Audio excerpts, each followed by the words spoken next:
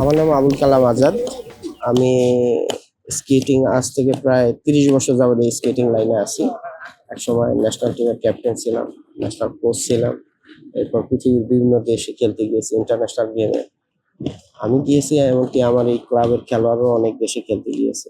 এখনো অনেক পাইপলাইনে আমাদের অনেক খেলোয়াড় আছে যারা আগামীতে দেশে বিদেশে যাবে। হ্যাঁ, আর আমাদের এখানে প্রতিদিন বিকেলে 4:30টার পর থেকে শুরু হয়, একদম মাগরিব পর্যন্ত হয়। আমার এখানে প্রায় বাংলাদেশের সব বৃহৎ ক্লাব তো এটাই, বাংলাদেশের শ্রেষ্ঠ ক্লাব বা বৃহৎ ক্লাব হিসেবে উপাধিত এইটা। কারণ এই ক্লাব থেকেই দেশে বিদেশে যেই খেলোয়াড়গুলো যায় তার বেশিরভাগ মেজর খেলোয়াড় এই আজাদ স্কেটিং ক্লাবের খেলোয়াড়।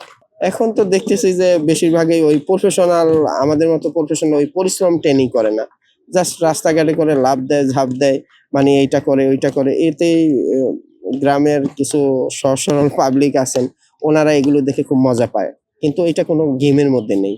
অবশ্যই অবশ্যই আমাদের এখন অনেক ছেলেমেয়েরা দেশে এমনকি বিদেশে খুব ভালো বিভিন্ন স্কুলগুলোতে এখন স্কেটিং এর কোচ চাচ্ছে।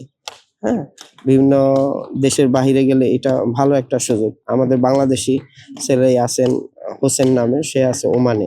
তারপর আমাদের এই ক্লাবের দুইটা মেয়ে, হনুফা, নুসরাত জাহান রৌদসী, ওরা আছে আমেরিকাতে, ওখানে ওরা খেলতেছে। হ্যাঁ, আলহামদুলিল্লাহ, এটা ভালো একটা কেরিয়ার যদি সে ওইভাবে শিখতে পারে।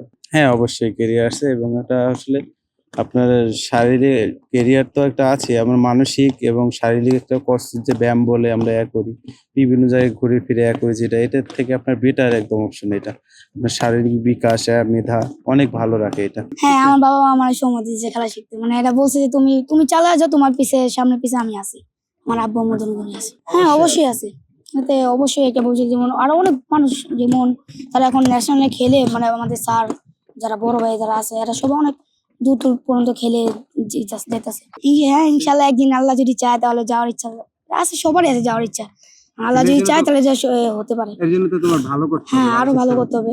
যেটা আমি 4-5 মাসে ভালোই শিখছি, আরো শিখতে হবে। আমি চাই যেমন আমি শিখে গেছি এখান থেকে, আমি আরো দূরে যেয়ে আমি আরো কয়েকজনে শিখাই, তারপর ওনারা আবার আরো কয়েকজন শেখায়। আমি চাই স্কেটিং যাতে আরো মানে প্রচার হয়, যাতে আরো বহু জায়গায় যায়। তারা তো প্রফেশনাল না হয়ে চালায় না। যেমন আপনারা একটা জিনিস খেয়াল করবেন, যেটা হলো আমরা যে প্রথম আমরা চালাই মনে নর্মাল, তারপর আমরা আস্তে আস্তে যে না পারি তাহলে তো আমরা দামে স্কেটিং আর কিনবো না।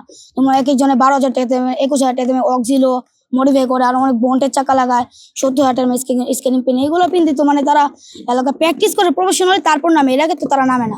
হ্যাঁ, তারা প্রফেশনালি করে না, প্রফেশনাল না জানলে তো তারা এগুলো পারবে না। তোমার নাম? মাবরু ইজান।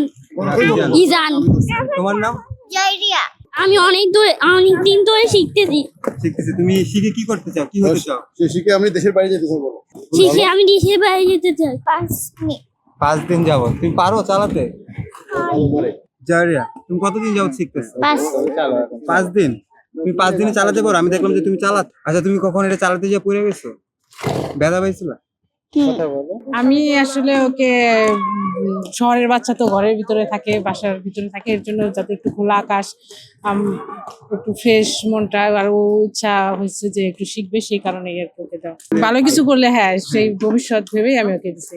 হ্যাঁ, অবশ্যই যদি ভালো কিছু করতে পারে অবশ্যই। ওইটা দেখে আমি ভয় পাইছি যে রাস্তাঘাটে যেভাবে চালায়, তারপরেও ভাবলাম যে না, এখানে এইটুকুর ভিতরেই থাকবে, পরে যদি সেমিনার বা বিভিন্ন জায়গায় যদি যায় প্রতিযোগিতা বা সেই জায়গায় দিব, কিন্তু আমি বাইরে রাস্তাঘাটে ওভাবে বেপরোয়াভাবে আমি দিতে চাচ্ছি না বাচ্চাকে। যাতে ফিজিক্যাল অ্যাক্টিভিটিটা ঠিক মতো হয়। এখনকার বাচ্চারা তো বাসার মধ্যেই ম্যাক্সিমাম সময়ে আটকা থাকে, স্কুল আর বাসা ছাড়া আর কোনো অ্যাক্টিভিটিস হয় না। স্কুলগুলোতেও বড় বড় সেরকম মাঠ থাকে না, তো এই জন্যই আর কি স্কেটিং এ দেওয়া, যাতে ফিজিক্যাল অ্যাক্টিভিটিটা ঠিক মতো হয়। না, সেফগার্ড থাকে, তো সেফগার্ড থাকে। আর একটু একটু তো ব্যথা মাঠে খেলতে গেলেও বাচ্চারা পাবে, তাই না? আচ্ছা, সেটা সেফটি মেনে যদি রাস্তায় চলে তাহলে তো আর ভয়ের কিছু নাই। হ্যাঁ, আর বাচ্চাদের সাথে সবসময় ওরা একা থাকবে কেন? হ্যাঁ, একটা নির্দিষ্ট বয়স পর্যন্ত অবশ্যই গার্জিয়ান থাকবে সাথে, ঠিক আছে? আর যখন নিজেরা বড় হয়ে যাবে তখন তো নিজেদের সেলফ প্রোটেকশনেই তো গাড়ি অ্যাভয়েড করেই আমাকে স্কেটিং করতে হবে। স্কেটিং তো আমি রাস্তার মাঝখান দিয়ে করব না, স্কেটিং আমাকে ফুটপাথ দিয়েই করতে হবে। হ্যাঁ, না, এভাবে তো স্কেটিং করার নিয়ম না। স্কেটিং তো আর আমি এটা যদি কোনো ক্লাবের মাধ্যমে শেখা যায় তাহলে তারা প্রপার ওয়েতে শিখতে পারে কিভাবে করতে হবে।